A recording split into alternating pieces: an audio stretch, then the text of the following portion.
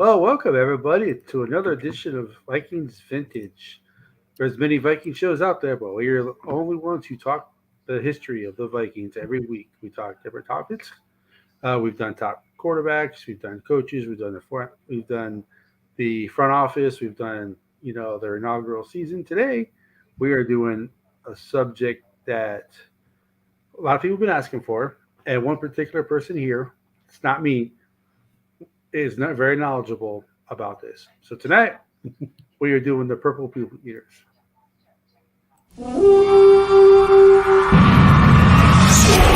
Vikings, let's win this game. Score Vikings, honor your name. Go get that first down, then get a touchdown. Rock 'em, sock 'em, fight, fight, fight, fight. Go Vikings, run out the score. You'll hear us yell for more. Vikings, Score Vikings, let's roll.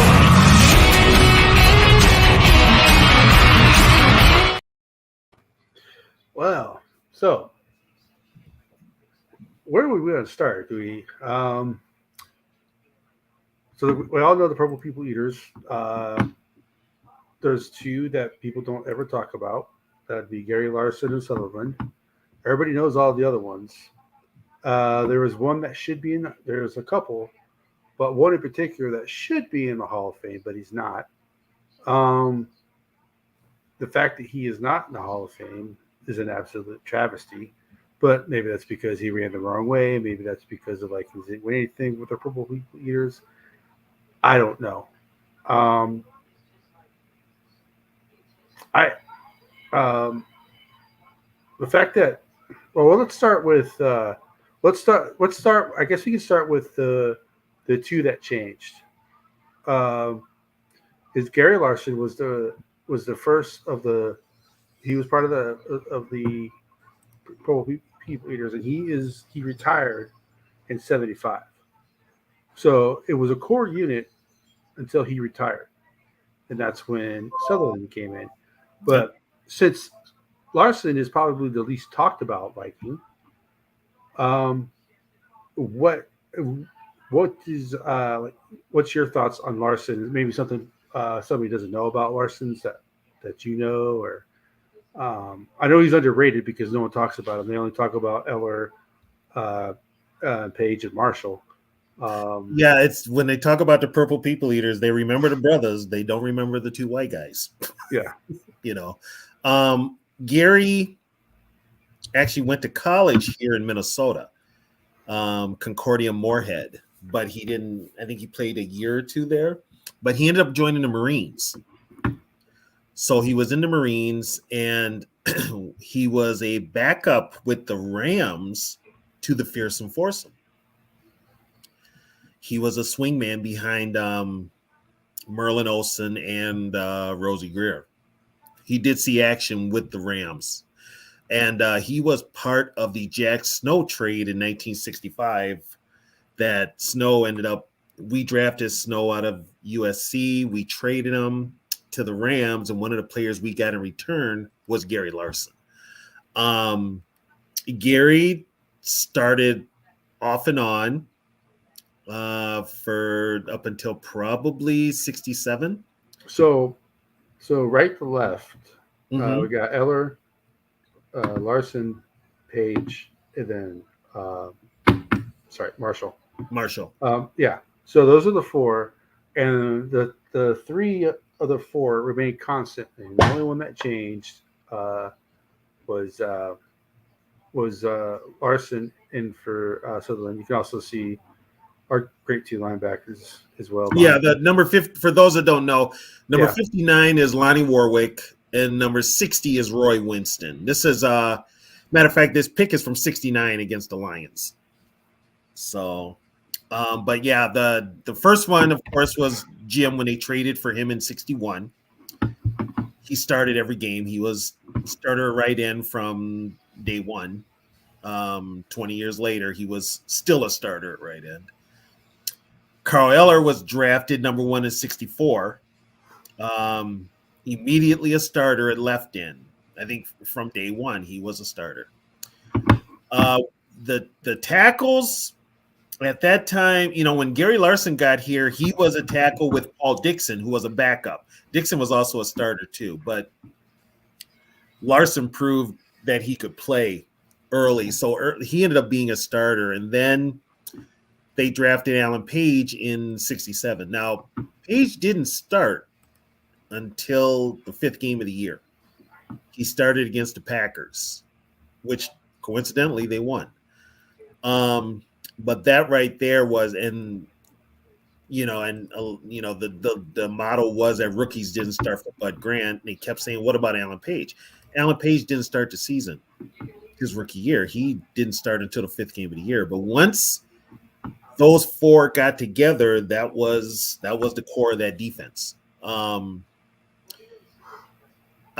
had the two rush ends, which Jim Marshall was quick off the edge. He doesn't get enough credit for that. He was a speed rusher off the edge back then, and you've got him coming from one side, you've got Eller coming from the other, which would force the quarterbacks, to move up. Well, guess who's there? It's either Gary Larson or Alan Page, and Alan Page was so quick off of blocks. And Alan came into the league, I think he might have been 265. But during his all-pro years, he got down to 245, and he was just that much quicker, and he could not be double-teamed. And those four as a unit were just, once they put their mind to it, they were unstoppable. They were. And they played together so well that, the defensive line literally carried this team for about, I'm going to say like 3 years. Look at that. Would that be legal today? You know what? It would be, but guess what? They could throw a flag because the ref would think he had his face mask. Yeah, that would be legal. It should be legal. But that was football. And so the only defensive line that we probably consider to be even close would probably be the Fearsome Foursome, right? And they were close, but we said with Jim Marshall's not in the Hall of Fame because, from what I've been told, and this is from Bob Lertzma, guy played with him. Marshall, everybody knows how good Marshall was, but to a national audience, he was overshadowed by Carl Eller and Alan Page. You could say the same thing with the Rams for Lamar Lundy. As good as he was overshadowed by Merlin Olsen and Deacon Jones. And for a minute and for a time, they're Rosie Greer. Yeah. So the Fearsome Foursome and they were like the highlight of some really bad Rams teams. The Rams weren't always competitive, but they're in LA. So you kind of get that marketing thing going around. The Rams are in LA, right? But what was the most popular players in LA for the Rams? The Fearsome Foursome. Yeah. Just like here in Minnesota, who were the most popular players on the Vikings team? For a long time, even when they got here, it wasn't Tarkenton, it wasn't Foreman, it was the Purple People Eaters. No, not just the Purple People Eaters, but all through down most of the history of the Vikings, the defensive linemen, have been the favorite players. Even Moss wasn't people's favorite players. People still wanted the Kevin Williams Wall, the Kevin and Pat Williams, John Randall. When Randy got here, it was John Randall's team. Yeah. It was John Randall's team, but and we've always had that prominent defensive players. When Allen won the MVP in '71, that kind of put it out there that he was the best. Yeah, that he was the best. And Bob Swede, the running the wrong way has been. A lot of people have said that's one reason he's not in the Hall of Fame. That has nothing to do with him not being in the Hall of Fame. Not a thing to do with him not being in the Hall of Fame. Well, the fact that he didn't even get in for the Legends? Yeah, the Legends keep turning him down. Yeah.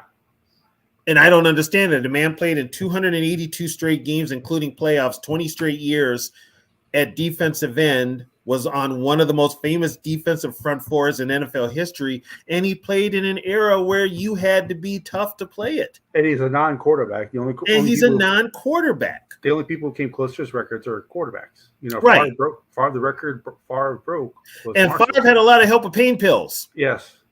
So let's just put that out there. I mean, Jim, if people know the history, the story of Jim Marshall, he's accidentally shot himself. He's played with pneumonia.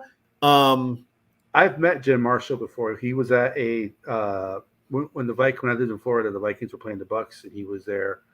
I don't know why a Viking player was there for a Tampa home game, but I think it was probably like an outreach. Now my hands are big. I felt like a toddler. I felt like I had a toddler's hand when I shook his hand. I mean, it was like all the way down to like here. It seemed like it was like a wrist shake for me. Yeah. So I can only imagine the strength that he had in those hands when he was playing. Well, here's a funny thing too with everybody. For people that are wondering what these guys weighed when they played, they're tight ends nowadays. Carl was 6'6", 250. Yeah, tight ends. Yeah. Gary Larson was the biggest. He was like 6'5", 255. He looked like a big Swede, Norwegian dude. He looked big. TJ Hawkinson would have been a defensive end. Right. Jim Marshall was like 6'3".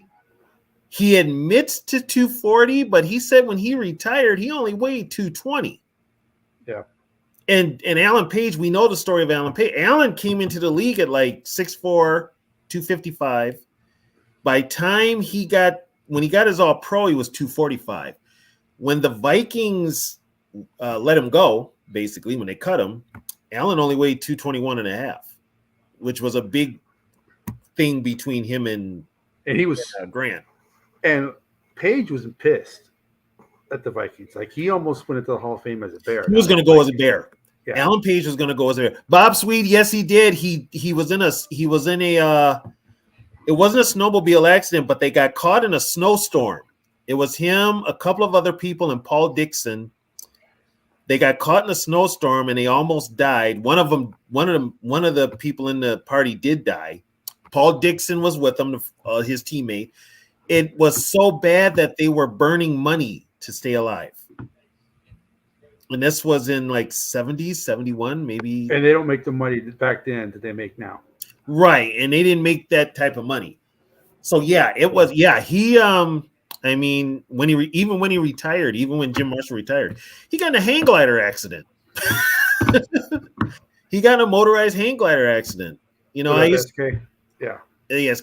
to I kid with my dad. I'm like, Jim Marshall was safer on the football field than he was off the field because he had so many things happen off the field, but it kind of added to his legacy and his character. And he was kind of like he was an outdoorsman.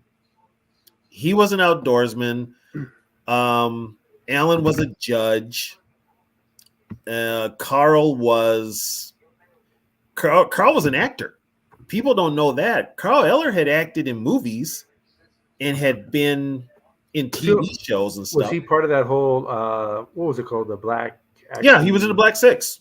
Black Six, yeah, okay. Yeah, it was him, Lem Barney, Mercury Morris, Willie Lanier, Joe Green, and Gene Washington. So, but yeah, I mean, he wasn't kind of like a jack of all trades, and they all made Minnesota their home except for Gary Larson. Gary moved out to Seattle. He had a trucking business out there.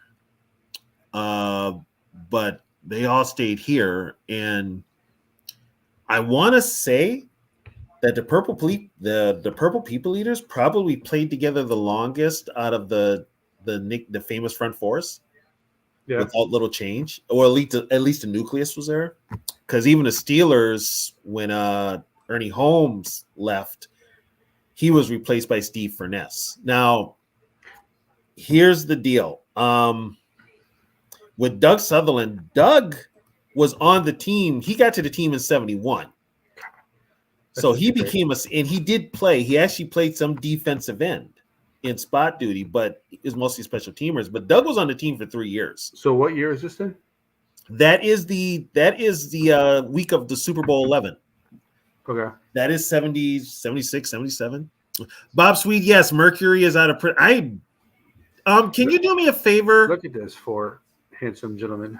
Yeah. Can you do me a favor, Catch, and see if Yeah. Mercury Morris is still with us? I think he passed. But yeah, this is 77, but the nucleus had been together since 67 when Alan Page got drafted. And when you play together that long, you know your teammates, you know what their strengths. When you play with somebody that long, you just know. Well, according to this, he's still here. He's 76. Okay, yeah, he's out of prison. He got busted for drugs for dealing years later. But I mean, this even though when the Purple People Eaters got older, they were still getting to the quarterback. I mean, Carl Eller had 14 sacks in 77, technically. Alan Page had 19 sacks in 76. And up in 75, they had the number one defense in the NFL in 75, the year that the Cowboys beat them in the playoffs. But yeah, they were considered big back then, though, Frozen. Yeah, they were. Especially Carl Eller. Carl Eller was considered a giant. And he was just lean at 6'6", 250. He was lean. But the fact that they played together so long and they carried the team for years, even after they got Arlington and that makes Alan Page look big, though. This shot right here. Well, yeah, and Allen was 6'4". He wasn't small either. He was 6'4". That is such a great shot. Who's that? Is that the Steelers? No, that's Cleveland in the 69 championship game. So, how tall was that statue? Do you remember that? Oh, that thing was huge. It was. I don't know what. Many people were asking whatever happened to that statue because that was the Viking statue that was at the stadium at Met Stadium for the playoff games, and nobody knows what happened to that Viking. But he was put in there for that playoff game. But yeah, this is from January 4th, 1970. Yeah, that's some. I think these photos are mostly from Tony's personal collection. He sent them to me so I could bring them up. I mean, I have pictures too, but they're not, as archived as Tony's are. Yeah, it's just amazing that if you look back at the Vikings history, the one thing the Vikings have always had are great wide receivers and their defensive line. They've had a defensive line. The defensive line has always seemed to be a constant, which is kind of weird because that kind of went away when Zimmer was the head coach. But you take away those couple years of Zimmer, the defensive line from Minnesota has always been, if not above average, to great the whole time they've been a franchise. Well, and that's this. Well, see, here's the thing. That's the standard that was set by those four men. Yeah. They set a standard on the defensive side, whereas it was Mick Tingelhoff, Grady Alderman, Ed White, Ron Yeary, Milt. Good night, Mom. I love you. That set it on the offensive side.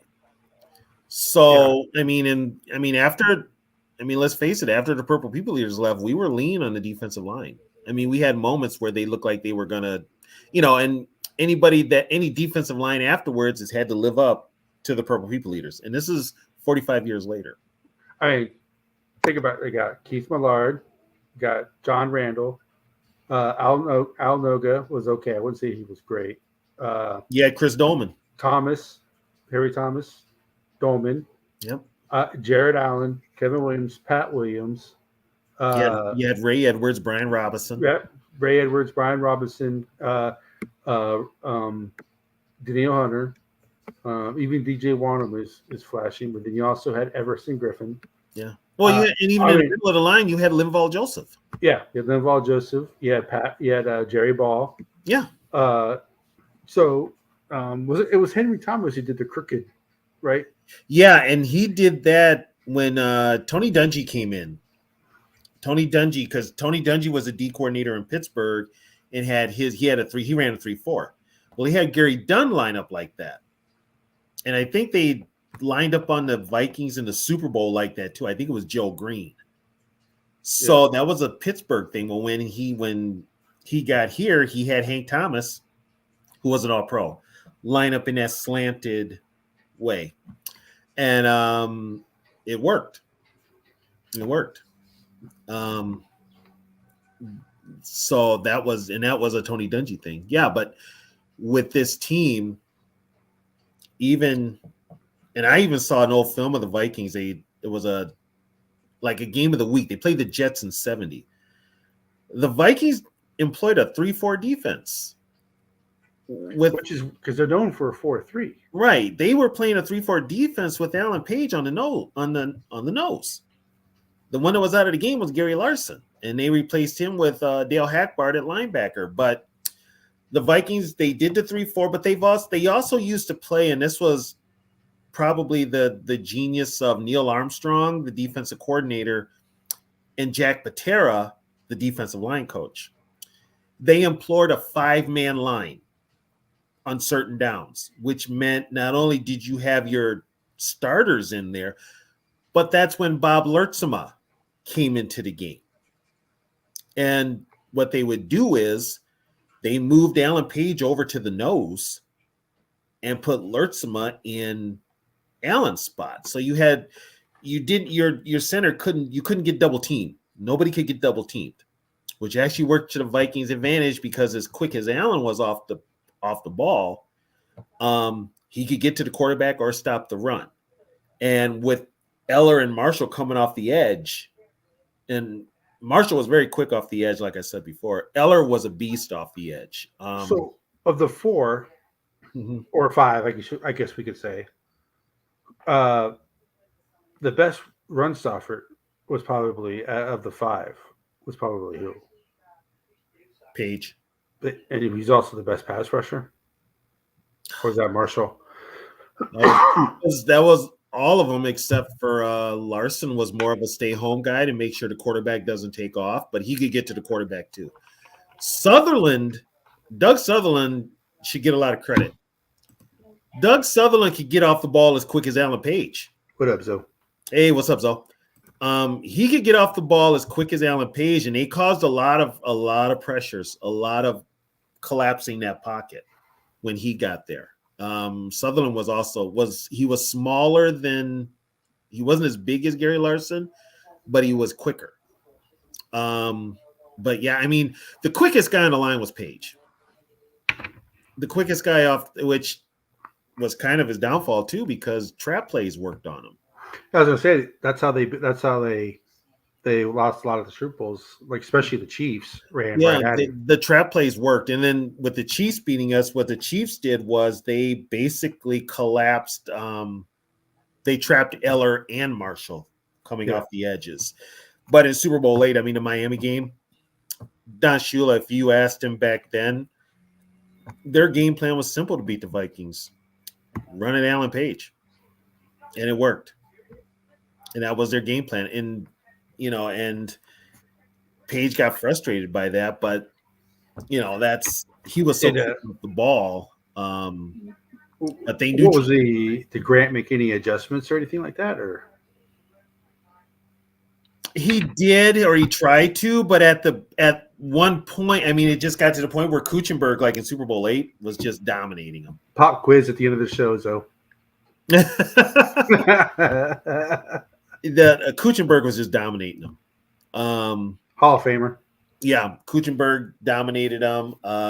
He didn't do well in Super Bowl XI against Upshaw, but he did. I think he had 2 sacks against Upshaw. He had 2 sacks against Upshaw, and they ran right up the middle.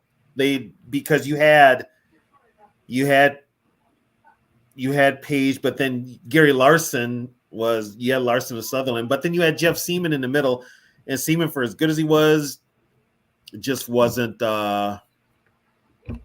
He got manhandled too. So, but yeah, the best one was Page all around.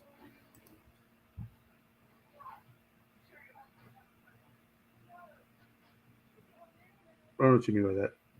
Frozen. Just post your notes in here, though. In Frozen, just post your notes here. Yeah, T-Bass, Miami did. They came out. Miami only threw 16 passes that game. They came out from start to finish. They ran right at them, and the Vikings had no answer for them on defense. Alan Page even said that once they got up 14-0, he knew it was over. Yeah, he knew it was over. And the sad part is that wasn't even the one that got the beat. The Raiders game was the one where they really got their yeah, the Raiders, and unfortunately the Raiders ones where they showed their age. I mean, Allen was 31, Jim was 36, Carl was 34. I mean, these guys were up there. And I think Doug was the youngest at like 27, 28. So, Oh, it was a joke about the. Okay, I see what you're talking about. But yeah, I mean, it's hard to read sarcasm in the comments. Mm-hmm. Yeah. But yeah, I mean, that was the end. You knew that was the end of an era. When they lost to the Raiders, that was an end of an era. And they've been back since. Haven't back since, and then the kind of what happened was the guys got older, and then you had Alan Page. He was ready to move on. Alan Page would miss time in training camp for law exams. He was the only one that was excused. But by 77 and then in the offseason of 78, you started hearing the rumblings that he could be traded. And, I'm like, Alan Page is my guy. I'm like, no way they're trading him. No way. But my dad's telling me there is a possibility they could trade him. Is that kind of like when Randy got traded? And Randy was a shock. There wasn't a big buildup for Randy. But you knew he was. But with Allen, it was kind of the what's the word I'm looking for? They said the quiet part out loud that he was on the trading block. It was him. It was a couple of other players too, but Allen's name kept coming up. And as time went by, I guess what happened, 77, it came to a head because the talk was louder. In the 70 at the start. Was it just because him and Bud are two alphas and they just started butting heads? Well, there were a couple of reasons. One was Allen lost a lot of weight. Bud didn't like it. Like I said, Allen came into the league at like 265, damn near 270. And by the time we released him, now he was released. He wasn't traded. He was literally cut. He was weighing 221, which was really small for a defensive lineman at that time. But what also upset Allen was the fact that the Vikings did not come to him and talk to him and tell him that there was a possibility that he could get traded. And that upset him more than anything. But him and Bud, they had a falling out, and his last game before he got cut was against Seattle in 78, which the Vikings lost at the last second. Bud Grant took Allen out of the game, and Allen wasn't going to go back in the game. He said, you're gonna trade me anyway, so why the hell should I go back in the game? He told that to Bud. And Allen wasn't the only one. Carl Eller, after him and Bud they butted heads in 77 a little bit during a road game. You know how you have the team's pregame meal. Well, Bud wanted the players to have like steak as a pregame meal, and I think this was in Atlanta. Carl paid the waiter to bring him a stack of pancakes and paid him under the table. And him and Bud found out when the pancakes came out there, and Bud and Carl got into a shouting match, and Carl left. Carl walked out of the hotel. He played in the game, but he walked out. So it was kind of there that, yeah, and he did start running. He started marathon running. But then the next year, Carl Eller held out in 78. So Carl Eller didn't play until we played Denver in the Monday night game, the second game of the year. And at that time, Carl said he wanted to be traded, and he said that one of the teams he wanted to be traded to was Seattle. He wanted to play with Jack Patera. So he got traded I think, during training camp of 79 because he held out. Carl held out, and we traded Carl to the Seahawks in 79 for Steve Niehaus, who never played it down. Played maybe one game with the Vikings, and that was it.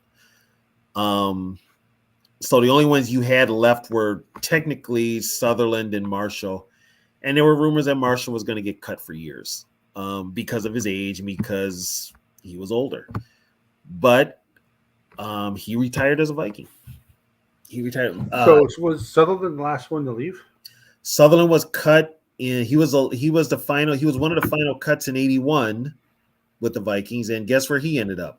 Seattle with Jack Patera. Well, that seems to happen a lot. Doug Taylor was Williams went to Seattle. John Randall went to Seattle. Yeah, and That Doug was weird, by the way.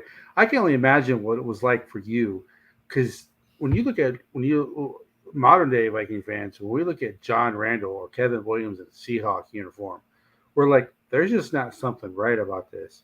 So I can imagine Paige in a Bears uniform. Here's the thing, and the Vikings should have knew this was going to happen because the Bears are going to pick him up because, one, Neil Armstrong was the head coach of the Bears, and two, the defensive coordinator for the Bears was Buddy Ryan. And Buddy was our defensive line coach in 76, 77 when Patera took the job in Seattle. And you know who his favorite Viking? You know who his favorite Viking was, Buddy Ryan? Alan Page. So you knew. And then he gets there and he's wearing number 82. That looks completely weird. He's wearing 82, and then Carl Eller goes to Seattle. He's wearing 71. That's blasphemous. He's wearing 71 after all those years of 81. And then, but the only one that wore the number they had in Minnesota was Sutherland, and it was 69, but it's just weird seeing him in Seattle blue. Yeah. 69 is not like a popular number, so it probably wasn't hard for him to. No, and so it was completely odd. But the only ones that stayed with the Vikings were retired as Vikings were Marshall and Larson. Right. But Larson was kind of retired early, you could say. Mm-hmm. Okay. T-Bass, who were the linebackers during the early days of the Purple People Eaters? It was Roy Winston, Wally Hilgenberg, and Lonnie Warwick. And then Warwick had a lot of injuries. Well, then Warwick got traded in 73 to Atlanta. Jeff Seaman took over in 72. So there's a picture of Warwick and there's Warwick and Winston right there. Yeah. The other linebackers that played during the latter end of the Purple People Eaters was, of course, Matt Blair and Fred McNeil. Yeah. So, but yeah, I think isn't that so? That's Page. That's Larson. That's Gary Larson, and actually, that's Paul Krause. As I was gonna say, that looks like Paul Krause. Yes. Yeah, that's Paul Krause. That's Lonnie Warwick with his arm behind him. Yeah, that's Paul Krause. Yeah, I wasn't sure if that was Krause or not. The original 22. For those who don't know, he is the all-time interception leader in the NFL with 81. The original 22. Yeah. Right. Here's a funny thing. There's a clearer shot of him right there. Here's a funny thing. When I'm looking for pictures of the Vikings and the Purple People Eaters, I don't know if it's it kind of like that, but most of the pictures against the Purple People Eaters, like going against people, I've got a ton of them against the Lions. And they ain't favorable to the Lions. I've got more pictures of the Vikings playing the Lions back in those days than I do of them like chasing around the Bears and the Packers. And the fact that the Vikings just let him go. They didn't get any compensation for him. The Vikings just outright cut him. And I'll tell you what, when they cut him, it was headline news here in the Twin Cities because what happened was, I think it was the first game of the World Series in '78. And it's early in the game, and the next thing you know, they interrupt the World Series with like a special report, a special something going on. I thought, what's going on here? But the rumors have been out that Page was going to get traded or cut. Sure enough, they interrupted the World Series with the news report that Alan Page had been placed on waivers. They interrupted the World Series with that bit of news. So that tells you how So that would have been what, week 7, 8? That was week. It was after we played Seattle in '78. They started the season earlier back then, didn't they? Yeah, they actually started it like the day before Labor Day. Yeah. They started before Labor Day.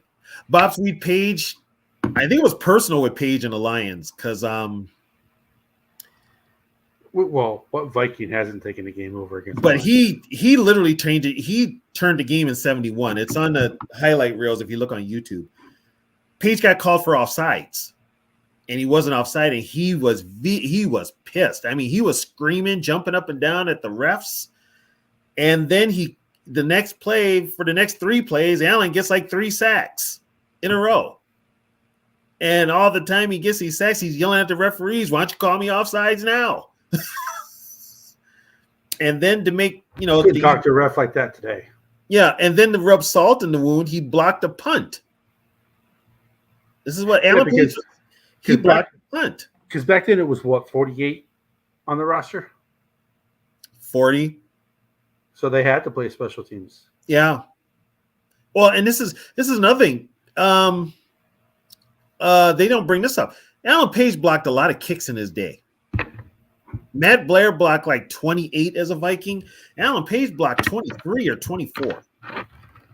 He blocked just as many kicks. But yeah, he was Allen was just that's the year he won the MVP, but Allen was like that. He could turn a game. He really could. So Page accumulated some opposing career statistics. He recovered 23 opponents' fumbles, and unofficial figures show that he also blocked 28 kicks and had 173 sacks. Yeah, now remember, he had a bunch of sacks unofficially. Yeah. He had a bunch of sacks with the Bears, too. He had, I think, they kind of give him like 128 with the Vikings. They give Carl Eller 134. And they give like Jim Marshall 130. I think Jim Marshall still has the NFL record for most opponent fumble recoveries, 29, I believe. That was Jim Marshall. He had that record for the longest time. Don't know if he still has it. Yeah, let's see for this page. Sorry, on our production meeting, guys. Yeah, so just the history of the Purple People Eaters. I guess you could probably say the whole. For like I said, for the history of the Vikings, you could probably say that Purple People Eaters. By the way, they didn't like that nickname. By the way, what's his name? Jim Marshall. Jim Marshall says he hated that. They hated that nickname. So over the careers of the Purple People Eaters, Jim Marshall, Carl Eller, Alan Page, and Gary Larson.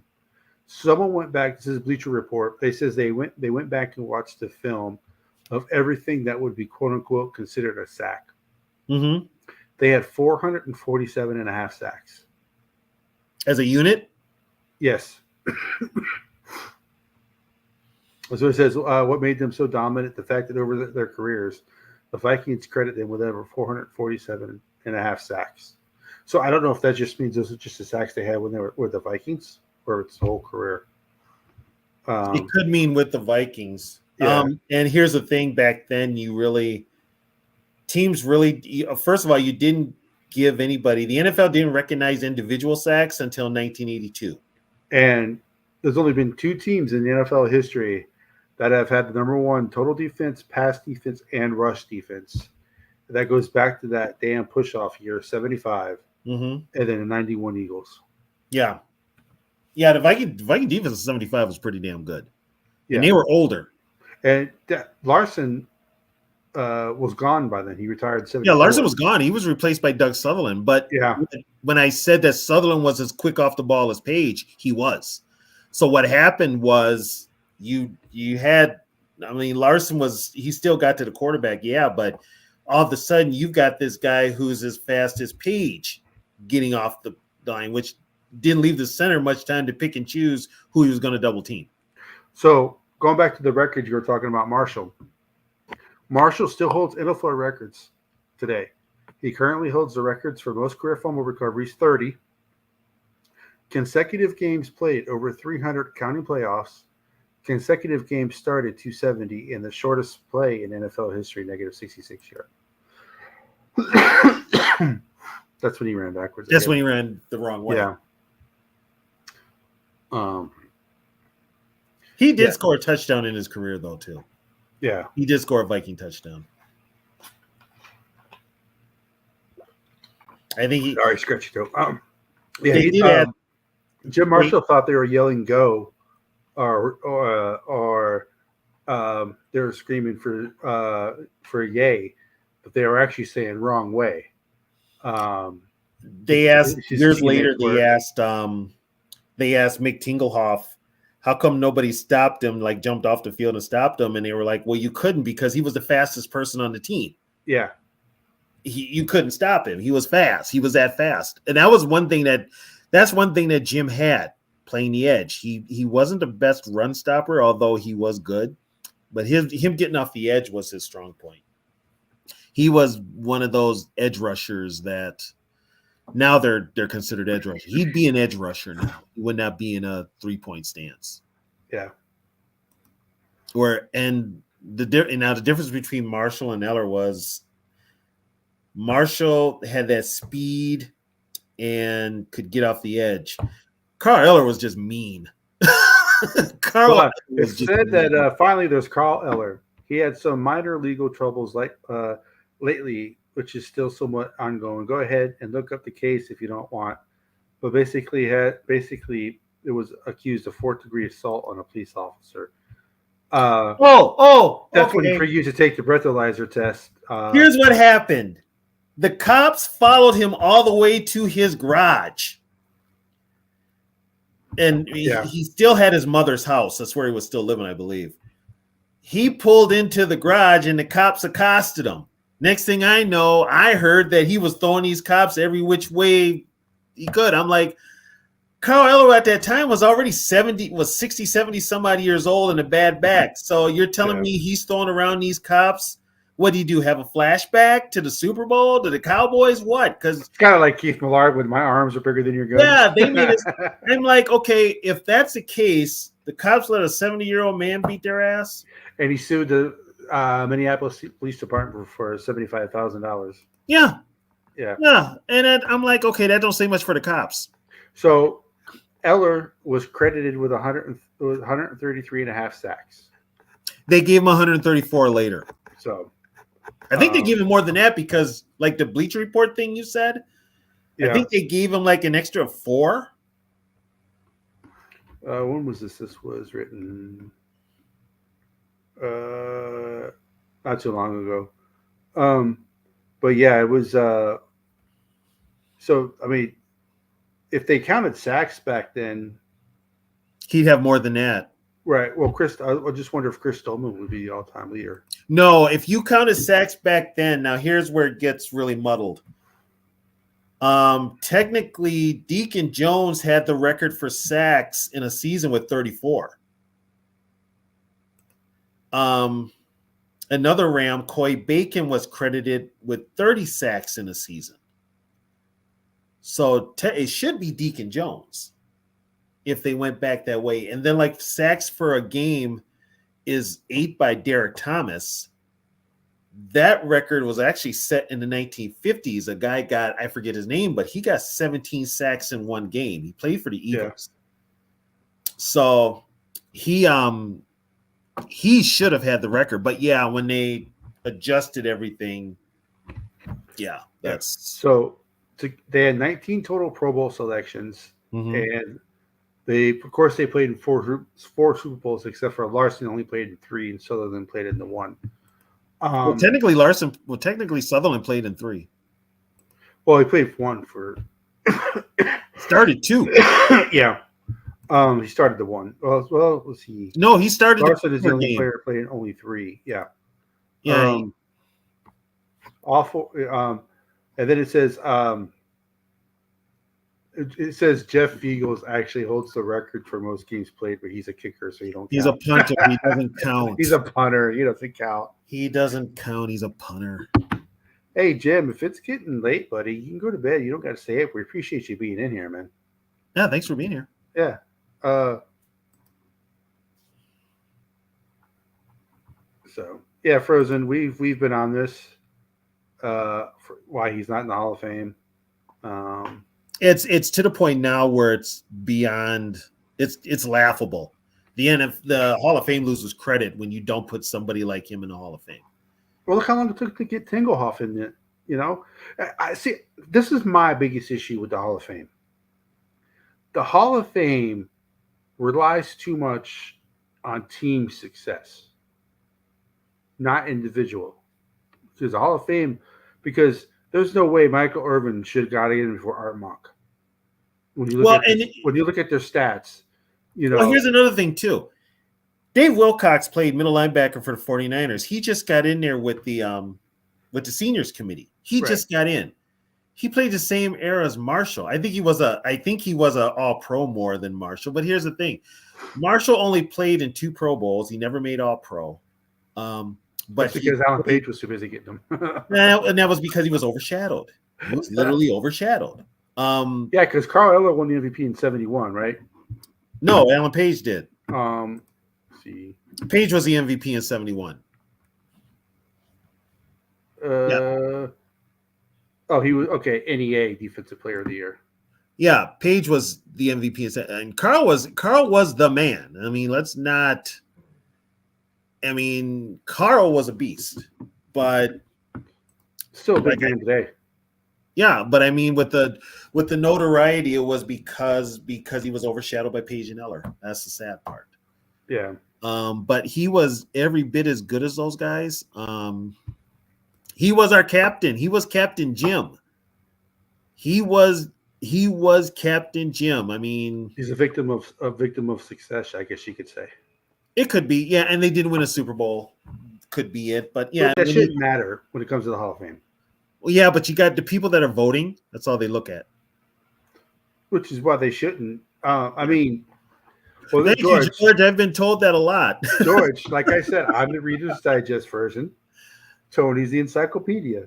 You know, this is before, like, if you want to talk like mid '80s, you know, Joey Browner, you know, Hassan Jones, all them type of guys. That's my type of Vikings history. Tony is that. He's also that part. He's also everything before that. You know, we do talk all Vikings history, but we really don't talk about new history because everybody knows that history. It gets talked ad nauseum. And plus, me, I live in the Twin Cities. So I remember a lot of the news reports. I think I still got newspaper clippings somewhere here in all my junk. But growing up, actually, when I became a Viking fan, the defense carried this team, and it was the front four. And going to this comment real quick about Bob. Yes, they do. There Yes, they was. do. Oh God, where was that? They still live in the Twin Cities. I know that I for a saw fact. it. Where did I can't remember where I saw it. I don't know if it was like a newspaper or if it was, but there was a article about they did an article on which NFL team has the most players after they retire stay in the area, It's the and Vikings. Minnesota was one on that list. Yeah. I think Pittsburgh was two, but that we're talking old guys like in the 70s and 80s. Current players who play for Pittsburgh don't stay in Pittsburgh anymore. But even current Vikings players, after they stop playing for Minnesota, still live in the area. Look at Greg Jennings. Greg Jennings still lives up here. He still lives in the area. Randy Moss, he lives part time here. He still has many charities that he does here. You know, so Brian, I think Brian B. Rob's he's in Texas, but he does go back to Minnesota. So B. Rob comes up here because he has like a fishing thing. yeah, So he comes up here back and forth. But I mean, like I said, Page played in Chicago. When he retired after he was done, he moved right back to Minnesota. yeah. He moved right back to Minneapolis. Carl Eller moved right back to Minnesota. Jim Marshall never left. Once he got here, he never left. Yeah. The only one that left was Gary Larson. Gary moved to Seattle. And Doug Sutherland's from northern Minnesota. So that's where he lived up until he passed away. I met Doug. I did, like Yogi said before, we were part of semi-pro football. Well, Chad Greenway's another one. Chad Greenway's another one. When I was up in Duluth, Doug Sutherland was there to sign autographs. And I met him and I did ask him, is it true that you bit Conrad Dobler during a game? He said, no, I did. I would never do that. Well, then I asked Bob Lertzman, and Bob Lertzman was like, yes, he did. I was right there on the field when he did it. So. Well, George, I've never lived in Minnesota, so it's too cold for me. Maybe when I was younger, I might have lived in Minnesota, but it's too cold for me. You got to keep in mind, I grew up in Alex Boone is here. Alex Boone lives in Minnesota. Yeah, Everson Griffin stayed too. Yep. Everson Griffin is coaching football. I forget it, some high school, but he's a California dude, and he stayed. Yeah. A lot of those guys stayed. Thielen still lives in Minnesota, even though he plays for a different team. He's a Minnesota kid, so he'll stay. Yeah, I think doesn't Paul Krause still live in Minnesota? Yes, he does. And then so Joey Browner lives in northern Minnesota. And there's coaches who never left. So it's Tommy Kramer lives in Minnesota. You know? Yes, he just moved back. Yeah, because he lost his house in Texas to his wife, I think. Yeah, he just moved back. So but he was always back and forth, though. Yeah, but now he's permanent. He's staying with the guy. He's still here. Oh gosh. Studwell is still here.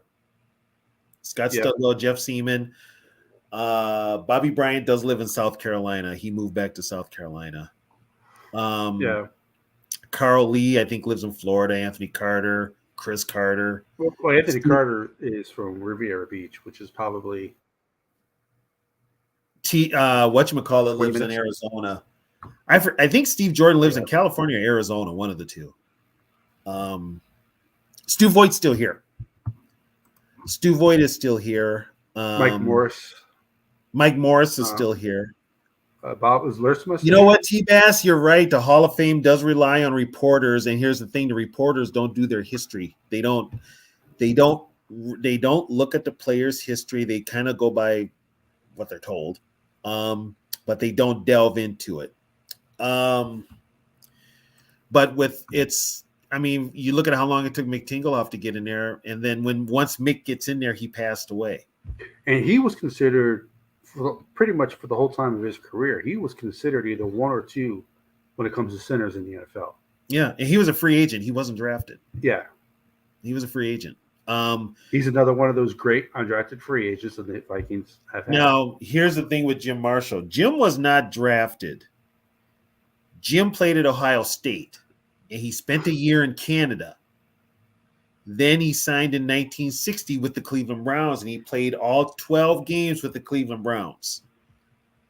The Vikings traded for him the week before the regular season opener in 61, before they played the Bears. So he actually started that game. He started that game against the Bears. And he played in 282 straight games. He had 270 with the Vikings, including the playoffs. And then you tack on what he did with the Browns the year before, that's where you get 282. So, but yeah, he came from another team. Gary Larson came from another team. They both finished with the Vikings. Doug Sutherland came from another team. Doug Sutherland was a Saint. And then he ended up with the Seahawks. But then, Carl and Allen were number one draft choices, and they ended up with different teams at the end of their careers. So. Yeah. No, I don't think so. He might have. I know when Bud took the team over in 67, he relied on his veterans. There were guys he relied on. He relied on Tingelhoff, he relied on Marshall, and he relied on Carl Eller. Those were kind of guys that he relied on to kind of set his agenda, and Grady Alderman. But Jim might have. That's a possibility, Frozen. But yeah, it's Bud had his core of players that he stuck it out with, and he probably stuck it out with them a little too long. That's what a lot of people said. And Bud was loyal. That's why when it happened with Alan Page, the whole thing with Alan Page, and that was two egos. That was kind of it was a shock, but it wasn't, because Alan was very defiant. Alan was going to tell you how he felt regardless. And Alan was ready. And honestly, at that time, Alan was ready to move on from football. He had already got it in his head that he was ready to move on. Football was just temporary. He was looking at the big picture, and that was law school. So. Yeah. So wasn't Gary Larson's nickname the Norse Nightmare or something like that? No, what did they name him? They called him Lars for short. Because he looked like a Viking. They like Hawkinson looks like the logo. They said he looked like a Norse god. He was a typical big Norwegian dude. He was a Marine as well, right? Yeah, he was in the Marines. Hey, baby, how you doing? He was a Marine, and then he, like I said, he spent 2 years with the Fearsome Foursome. He was a backup to Merlin Olsen and Rosie. T-Bass, that's because that's where the Dodgers train. They used to train in Vero Beach. Yep. So T-Bass, you're literally 35, 40 minutes from where I grew up. I grew up in Jupiter, so. Yep.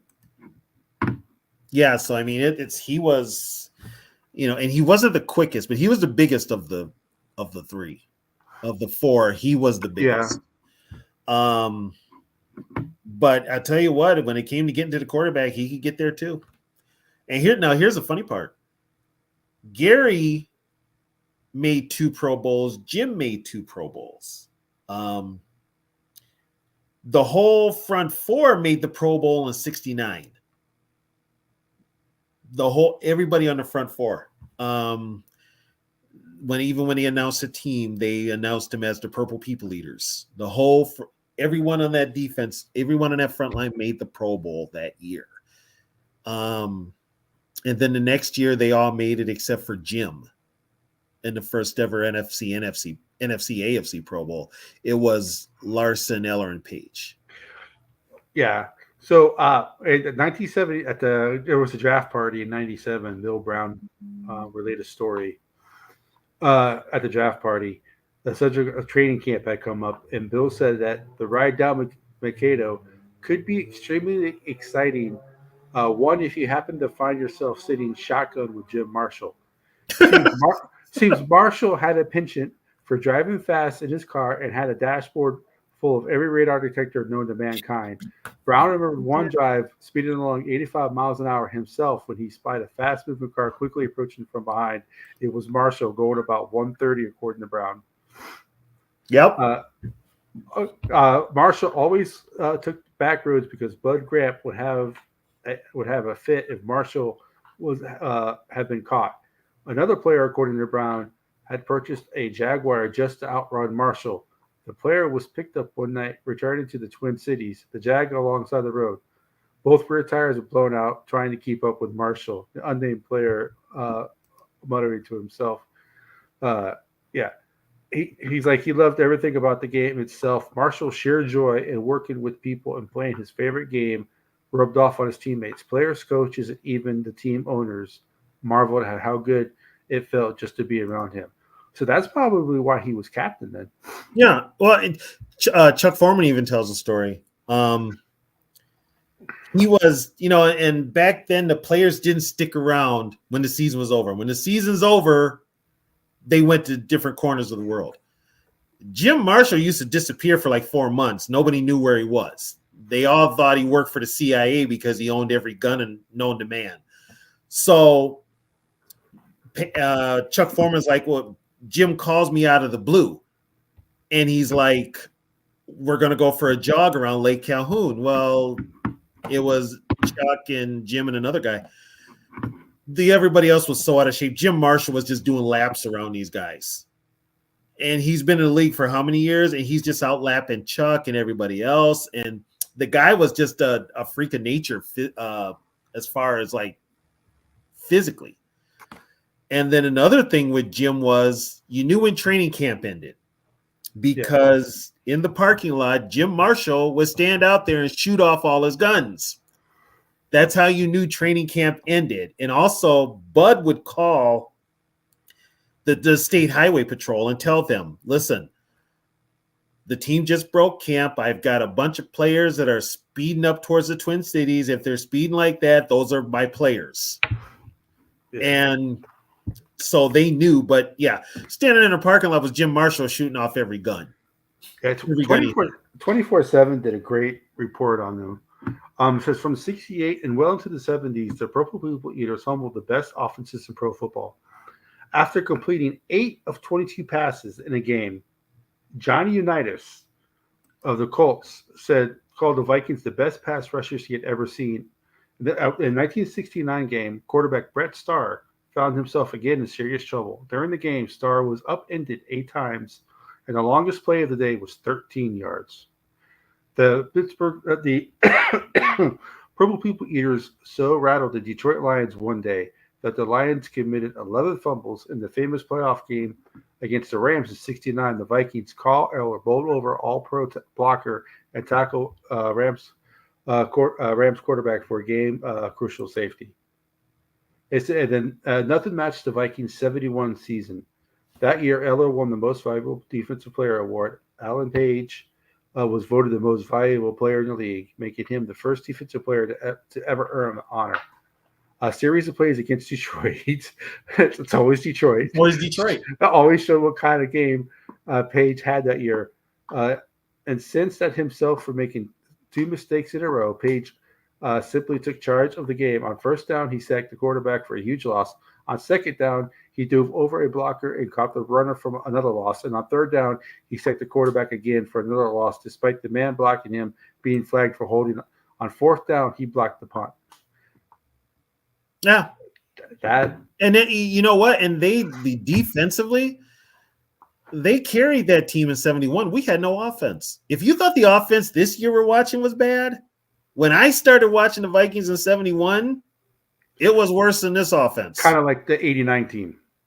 Right. And back then the NFL was a running league and we couldn't run the ball. We could not run the ball. But yeah, that defense carried the team. And Allen became a superstar. He became a superstar. Too evil. Come on, man. Wentz ain't even close to Tarkenton. What are you smoking, dude? It's frozen. Yeah, you're about 40 years too late there, Frozen. But yeah, yeah, Mick, yeah, Mick did have a Mick was right after he was second to Jim Marshall. Mick had 236 and Jim had what 270. He had 270. I don't think the Vikings have drafted many tackles in the first round. Or Defensive linemen. tackles? They used to draft defensive tackles linemen. all the time. Yeah, They but not in the first round. Yeah, in the first round. They used Sharif Floyd was one. Right. I mean, I'm not saying they haven't drafted any, but I don't think most of them were first round picks. Most of our, especially after the Purple People Eaters, like we drafted. Well, Mark Mulaney was a defensive end. Randy Holloway was a defensive end. Doug Martin was technically a defensive tackle. Duck White was a defensive tackle. Keith Millard was drafted as a defensive end. Dolman was drafted these are like third and fourth round, second rounders, right? I don't think Keith Millard was a. No, Keith Millard was a first rounder in '84. He didn't play with us. He ended up signing with the Jacksonville Bulls in the USFL, but he was a first round pick. Okay. Dolman was drafted as a linebacker. Yeah. After that, were they playing a 3-4 at the time? Yes. Okay. Yeah, they were playing a 3-4. After that, I think the only number one draft, because I don't think Denny drafted any defensive tackles. Just Kevin Williams. Oh, yes, he did. He drafted Derek Alexander, defensive end. Right, and Demetrius Underwood as well. And Chris Hovan. He drafted Hovan number one. And then Kevin Williams was a Tice pick, I believe. Yeah, Kevin Williams was a Tice pick. Right. Yep. And no, it wasn't the Vikings' fault why that pick wasn't in. It was Baltimore's. Yeah. It was Baltimore's. They left the Vikings hanging. So yeah, it was but it was Kevin, but it worked out because we got Kevin Williams. Right. But we haven't drafted a defensive. Well, Sharif Floyd, I think, was the last one. Yeah, because Daniil was third. Daniil was a third round draft pick. Sharif Floyd was 2013. Yeah. Yes, Danny was HC, and then he got the GM gig later on. So he was. Yeah, he wasn't the original. I think Jeff Diamond was the GM when he was here. Yes, Jeff Diamond. Jeff Diamond was the GM. Yeah.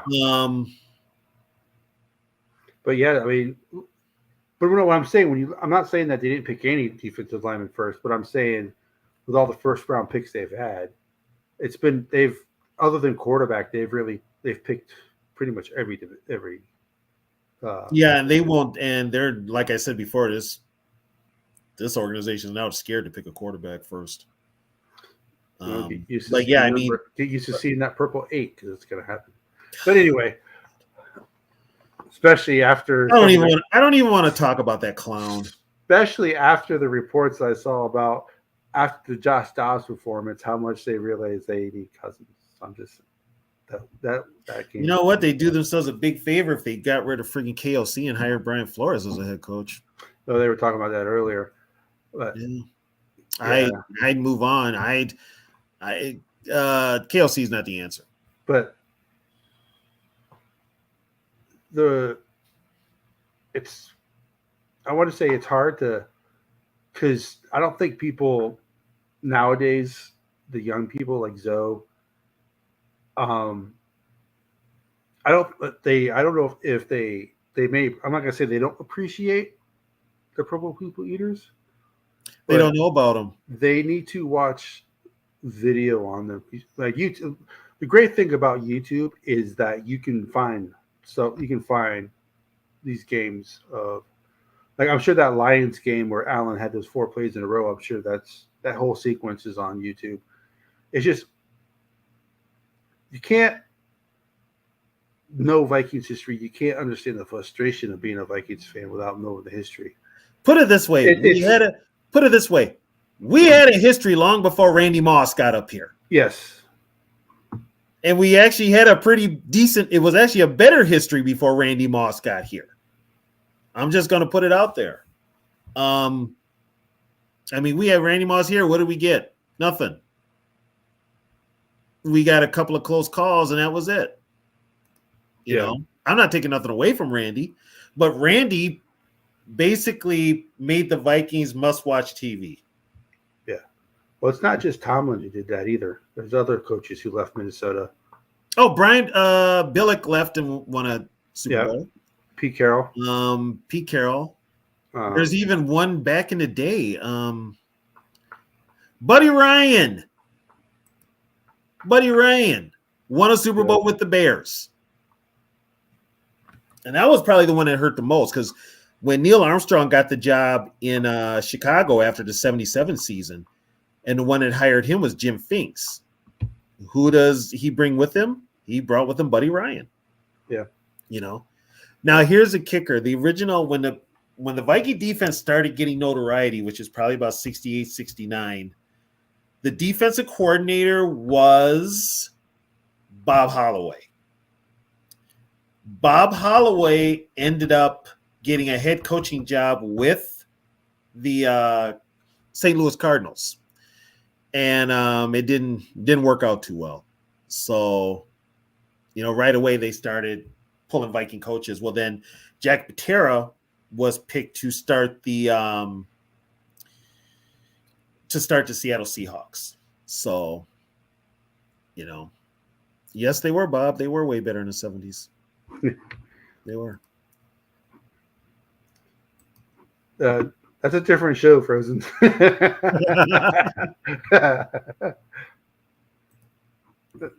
Yes, he was, T-Bass. I talked about that earlier. Jim was in that group of people that got stranded in a blizzard, and they had to burn money just to stay alive. One person did pass away. Yep. Was it a player or no? No, it was one of the people that was with them was part of the group. The only other player that was with them was Paul Dixon. The Vikings defensive. Now, here's the thing with, you have a backup. Paul Dixon was the backup for the Purple People Eaters. He could play mostly tackle, but he could also play other positions. After Paul Dixon ended up in St. Louis, the backup to those linemen was Bob Lertzema, who had been a starter with the Giants. But when he came to Minnesota, he was a bench warmer. So hence the nickname bench warmer Bob Lertzema. But he wasn't one. He played a lot. Bob did when he was a Viking. And he mostly played for 73. He played a lot for Gary Larson. So, but he was a backup until he got traded in 76.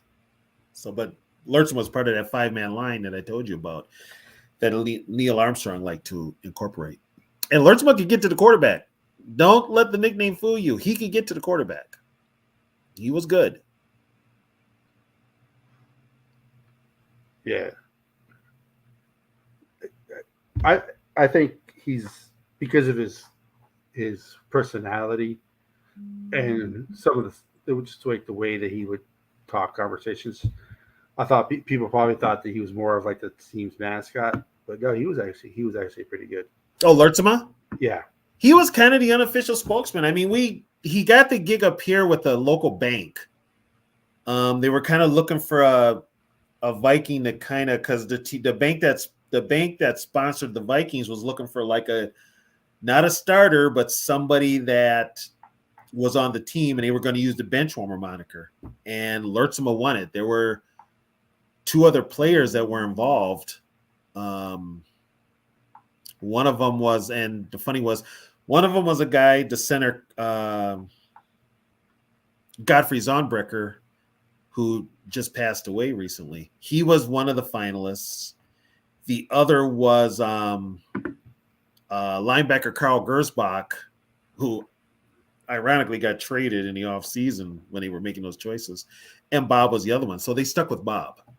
And I think they stuck with Bob because he kind of had that, he could kind of play that goofball role, and he had a comic side to him.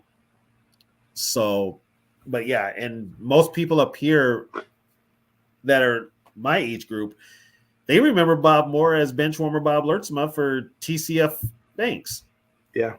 those commercials. But when he played, he was damn good. And I know we keep bringing the team up, but I mean, Bob played. I mean, I don't know what it was about the Lions, but Bob had like 3 sacks in one game against the Lions coming off the bench. Yeah.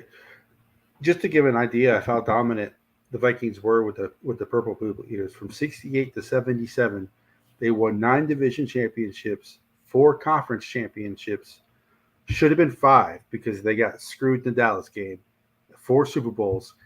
So not only that, but their Purple People Eaters preceded the Doomsday defense of the Cowboys, the Steel Curtain, and the Orange Crush. So that's how important they are, just in the pantheon of Hey, what are you? the NFL history. What are you reading that off of? Pro Football Reference? Oh no, this is the sole. This is a guy who covers history. It's called Taylor Blitz. It's called the soul of the game. The Purple People Eaters. Okay, because they won 3 NFC championships and 1 NFL championship. Yeah, they won 9 division. Well, it says 9 division champions and 4 conference championships. Yeah, we only won 3, and that was that was 73, 74, and 76. They won an NFL championship in 69 when it was still separate leagues. Well, he probably did what most people probably do, just count that 69 as an NFC championship and not an NFL championship. Right, and guess what? It wasn't. It was the NFL. Yeah. They need to fix that. That's an NFL. NFL. Even the NFL.com says the Vikings have 1 championship, 69. Yeah, the leagues were separate. Yeah. The leagues were separate. So, yeah, and by the way, Green Bay, give us a goddamn trophy. Give it to the Colts. They can have it for a year, and then the Colts give it to us. Because the Colts didn't get it either. You know what? Bypass the Colts because they're not even in Baltimore anymore. Did they give it to the Ravens? No. They would. They definitely would.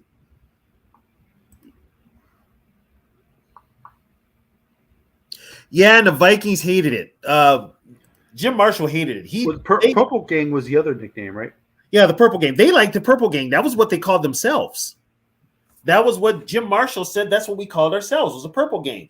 The Purple People Eaters came from the national media, and I believe it was in 69 off the song.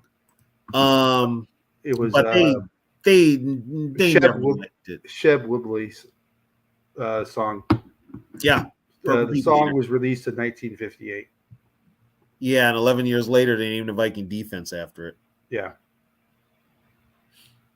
You know, it was that was just one of those. They never liked the nickname. Like I said, they always called themselves the Purple Gang. Yeah, they did turn out pretty good. And the funny thing was, Page was one of 3 first-round picks that he stayed the longest. That 67 draft, which was Bud Grant's first draft. But yeah, I mean, that's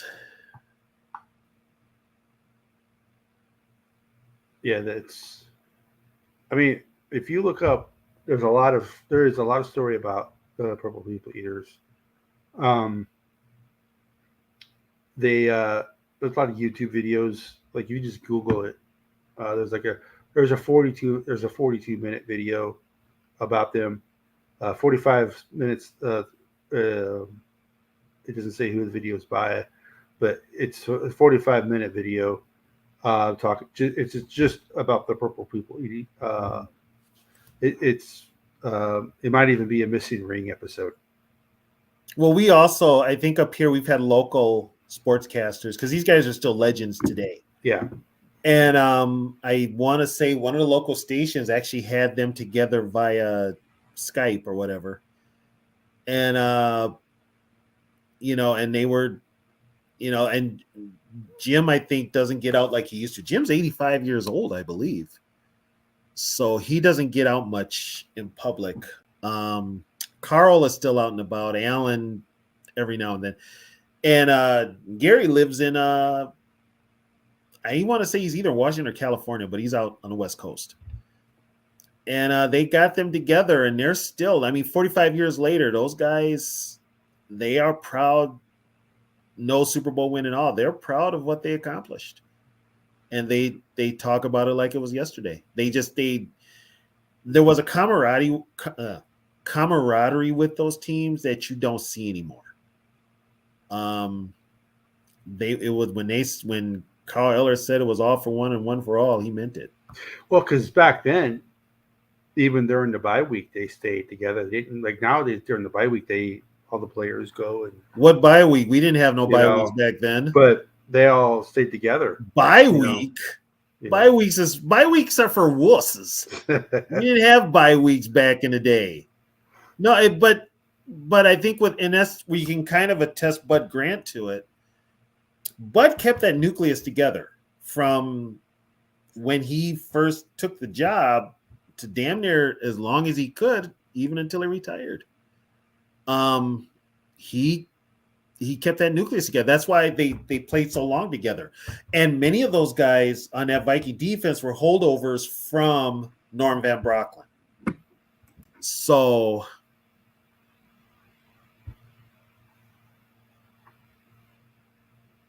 the Purple Gang was meant for the defense in general. That defense was no joke. Even the linebackers and the safeties, the front four, it's Purple People Eaters is cheesy as hell. It's cheesy. And then the song is a one-eyed, one-horned, and the guys that they're calling Purple People Eaters got 2 eyes and 2 horns. Yeah. But it's like, I mean, they didn't think about terms like today, like the Purple Rain defense or stuff like that. I don't think that was in the vernacular back then, but. Well, and here's the thing I brought this up. Those defensive names you had back in the day, you're never going to have anymore because guess what? The NFL and football done forgot about defense altogether. I mean, not only did you have the Purple People Eaters, you had the Fearsome Foursome. San Francisco had the Gold Rush. Dallas had the Doomsday Defense. Orange Crush in Denver. Pittsburgh had the Steel Curtain. Baltimore had the Sack Pack. Right. Gangrene, Chicago, basically, and the Chicago defense goes back to the Monsters of the Midway, but that was like the whole team. Yeah. You had the No Name. No Name. And then the Killer Bees, and then the Over the Hill Gang, and then you had that, oh, Bob Sweet. Oh my God. Okay, for those that don't know about the chalkboard incident, the Vikings had the playoff game in 73 against the Redskins, and I think they're down at halftime 7-3. Carl Eller is just screaming at everybody in the locker room. He is going off. And the ones he's going off on the most are Fran Tarkenton and John Gilliam, because John Gilliam missed some wide open passes in the first half. John Gilliam, he's getting in John's face, and he yells at John, and he tells him to shake it off. And then Carl turns around and breaks the blackboard in the Viking locker room with his hand. He just punches it and breaks the blackboard. I asked Ed White about that. I asked Ed White, did he remember it? And Ed's like, you bet I do. It scared the crap out of me. I thought he was going to hit me next because we were all fucking up. But that was the Carl Eller thing where these guys took over the team. And Eller literally broke a blackboard. And that's how tough these guys were. It was just a different generation. That song was written in 58, though, Frozen. Yeah, that song was 58. It was a novelty song.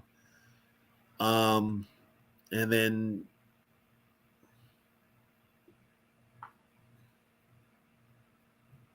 you always got to build your team through the trenches. You do have to build your teams through the offensive and defensive line. It all starts at the line of scrimmage now. And no matter what anybody tries to tell you, I mean, and they're overpaying for quarterbacks and wide receivers. It all starts at the line of scrimmage. And Bud, from that era, put together both sides of the ball. When you had the Purple People Eaters, But then let's keep in mind when they practice every day, they're going up against Tinglehoff, White, Yeary, Alderman, Sunday. Those guys are going at it. Ed White still talks about it to this day, where they would have days in training camp and the D line is just handling it to him. He still talks about it. He remembers that. Was it the chalkboard? Was it one of the ones on the wheels? I don't know. I never asked. Because if he punched through a wall, I mean, come on, man. I think it was the wall. I think it was mounted on the wall. And Carl Eller was just, for that day and age, Carl Eller was a strong man. He was a strong man. Yeah, I think to this day, yeah. And that's, what, T-Bass, that's a football thing now where they don't give a damn about offensive line. And you can tell because offensive line play all across football is really, really bad. And that goes back to the college football and with how they run football. It starts in high school. It starts in high school because you've got a bunch of wannabe quarterbacks you got a bunch of people that are running offenses that wanted to be quarterbacks and weren't good at it. That's what it is. It's there, and they're treating, unfortunately, with all the outside stuff that's going on with football now, they're only focusing on the quarterbacks and the wide receivers, which is a joke. It's a joke. Yeah. It's a joke. Or a very physical or talented tight end. But yeah, they don't even care about running backs anymore, to be honest with you. Exactly, Frozen North. Now, keep in mind, or you treat a running quarterback, a scrambling quarterback, like a pocket quarterback who doesn't have the accuracy to be a pocket quarterback. Now, keep in mind, when the Purple People Eaters were playing in their heyday, the Bears had Bobby Douglas as a quarterback who was basically Josh Dobbs. Bobby Douglas almost had 1,000 yards in 1972 just running the ball. But Bobby Douglas was a terrible passer. He was terrible. Yeah. I mean, and the Bears look like Montana. Right. And he was a left-hander, and the Bears tried to make him a pocket quarterback, and it just did not work. It did not work. Matter of fact, the Vikings used to beat him on a regular basis. It'd be like trying to make Joe Cap a pocket passer. Right. But at least Joe – let's not rip on Joe. I mean, Joe's in the NFL record book. Well, his he could throw, but they were ugly passes. Yeah, he explained that too because Joe, when he threw the ball, didn't always throw with the laces. He would just get the ball in his hand and throw. Literally, just throw. So, yeah, it's going to look like a lame duck when you don't got your hands on the laces. But he was very old school. And, Joe was just going to win any way he could. No, Gary, I've done some coaching in football, but no, I'm not a Viking coach. Trust me, if I were, they wouldn't be playing like they are now. But Joe was but Joe had that leadership quality. He had that. Guys would want to go to bat for him. Yeah, that's true, T-Bass. Yep, that is true. Yeah, if you ever get your hands, Gary, you don't have to apologize. You don't have to say sorry. Yeah. If you ever get your hands on like when the players, wide receiver will throw the gloves into the audience after a game, they are very, very, very tacky. Yeah, very tacky. Yeah. Now you still have to be able to catch, but it does help. Okay. Like when you go ahead. Yeah, Stickham's outlawed, thanks to Lester Hayes. But what's his name used to wear scuba diver gloves. Dwight Clark, I watched an old Niner game, and he was wearing scuba diver gloves. Gary, you must have missed that show. We've done we did our coaches. We did the coaches.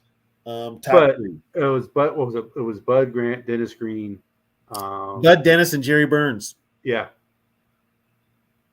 because Jerry Burns, even though he was only head coach for not very very long, he was assistant coach for a very long time. Right.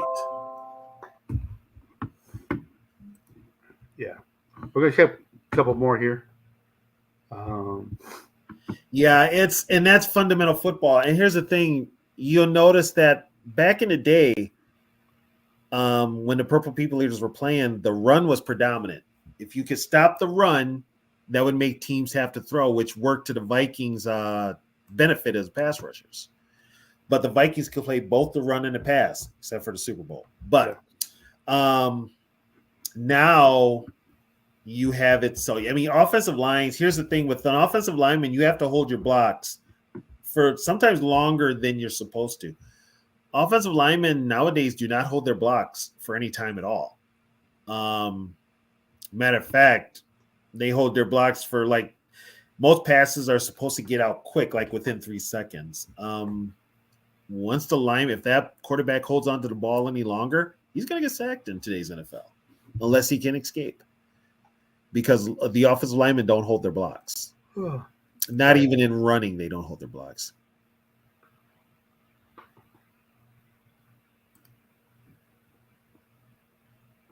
You're gonna have to change, and the only way for that to happen, Frozen, is for the offenses to be or for defenses to be so much more.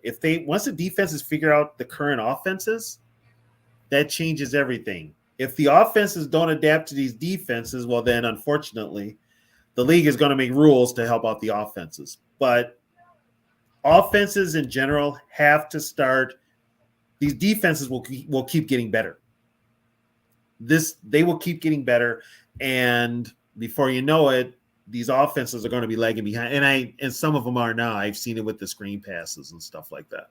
Defenses have caught on to that. Plays that worked 5-6 years ago don't work anymore, which means teams are going to have to run the ball.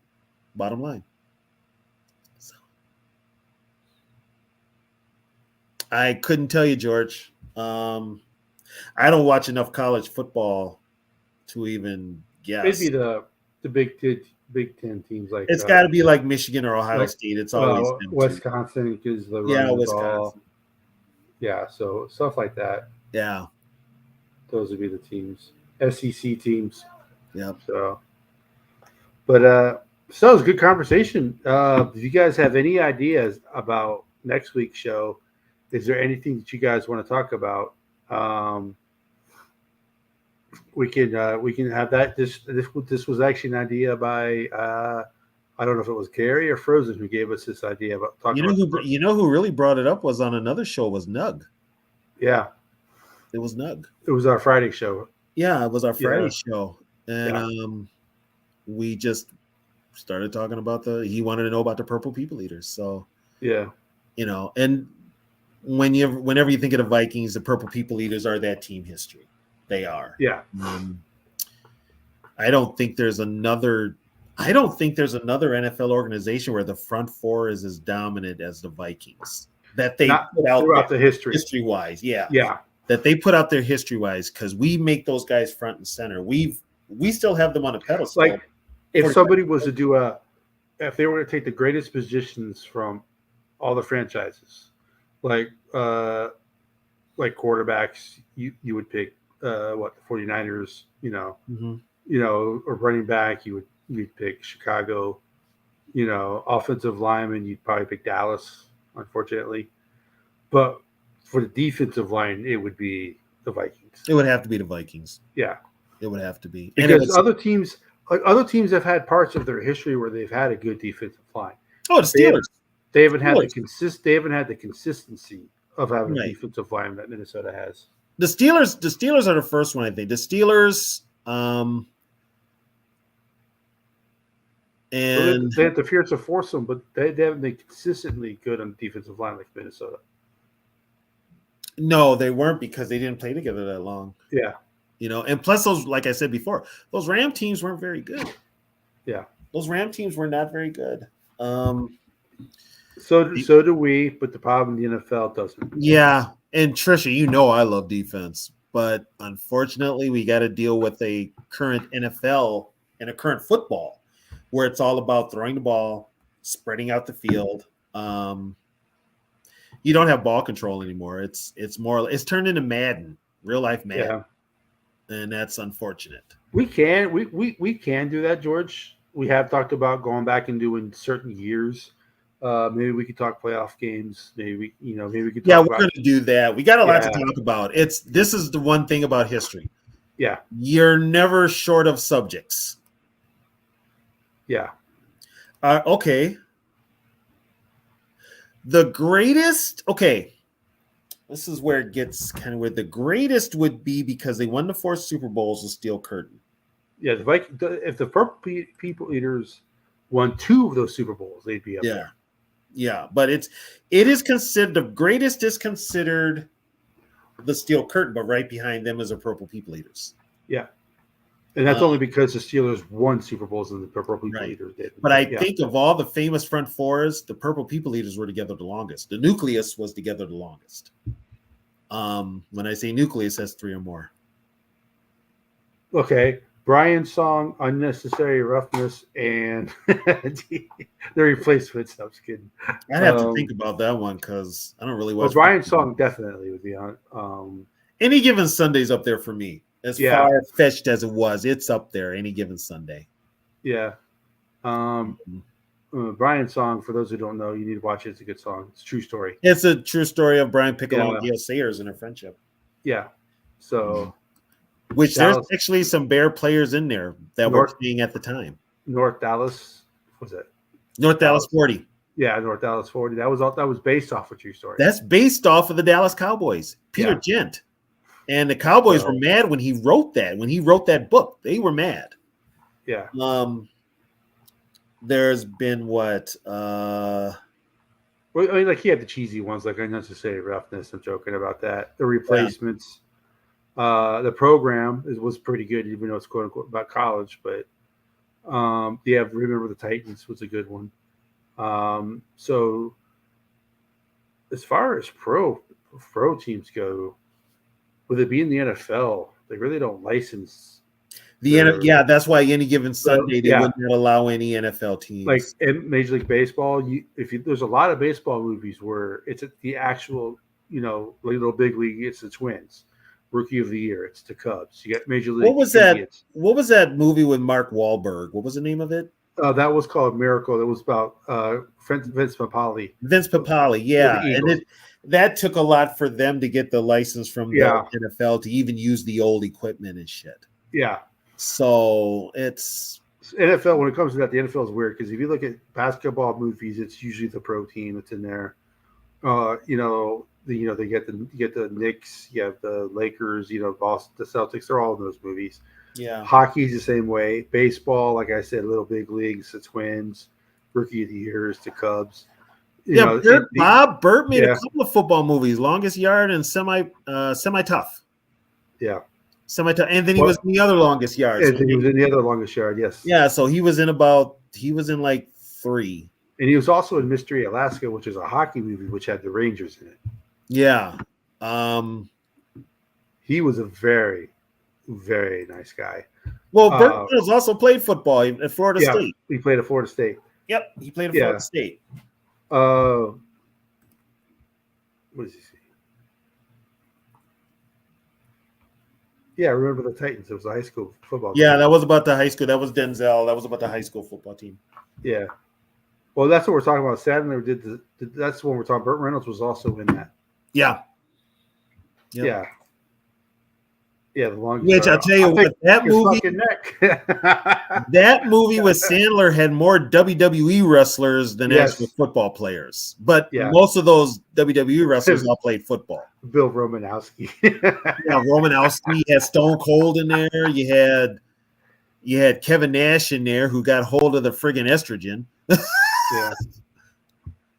Yeah, Milker on Ice was that was about Herb Brooks. That was kind of like a local movie. Yeah, but it was like, so when it comes to, that's why it's hard to think when you say a football movie it's not going to be an NFL uniforms unless it was made like in the 60s or 70s. Then I think it was a little bit easier to use the NFL. Here's one people won't remember. Charlton Heston made a movie in the 60s where he was an aging quarterback for the Saints. I forget the name of it. I don't know if it was called Number One or something like that. But he played an aging NFL quarterback. And then Alan Alda was George Plimpton in Paper Lion. Yes. So and they were done in like 69 or 70. But I they can't believe the were, Lions actually let a reporter play quarterback for them in a preseason. yeah, they let George Plimpton in real life. That's Yeah. crazy. Think about that now. Think about Pat Rousey going and playing quarterback for the Vikings in a preseason game. Yeah. Or Sid Yeah. Hartman out there with his walker. Yeah, exactly. Or even like a Judd Zolgad out there trying to Yeah. play the Vikings. It's like, yeah, and thankfully it was preseason. Yeah. Thankfully it was preseason. But yeah, if anybody can come up with any topics, we've covered a little bit. Yeah. There's still a lot. There's still a lot to cover. Yeah, there's still a lot to cover. Like I said, we haven't done seasons yet. We haven't done disappointing seasons like 75 and stuff like that. We haven't done those yet. Well, every Viking season's a disappointment because they never won the big one. Yeah, everyone's disappointing. But we haven't done the ones. We haven't done the ones that were pure heartbreak, like 98, Yeah. 75, 2000, 2009. yeah, 75. The ones that didn't result. The ones that didn't result in a Super Bowl loss. Put it that way. Yes. Yeah. We Haven't covered. We've covered the stadiums, but we haven't covered the stadiums. We kind of hit on the stadiums when we were talking about. We were talking about something else. We just mentioned. Was it a team history? Was it team history? But we haven't done like the team records in each stadium, or how they haven't really won anything since they've been playing indoors. Since they moved indoors, right? Yeah. So stuff like that. So, like I said, I'll look at the chat during the week for any additional stuff added, for any ideas. Like I said, it's a pleasure doing this show. We will be doing, probably be doing the play-by-play or the stream with Yogi, and then we have our post-game show as well that we do. Yeah, and I will be on the post-game. Yeah. So. Any last thoughts on the Purple People Eaters before we go, Tony? Oh yeah, they're the reason I'm a Viking fan. Point blank, plain and simple. They're the reason I'm a Viking fan. They're the reason I wanted to play football. They're the reason I played defensive football, and they're the reason I wanted to play on the defensive line. Those guys were my idols, still are. Even with all the BS they went through years later, those four guys, including Lertzma and Sutherland. 6 guys are the reason I am a Viking fan.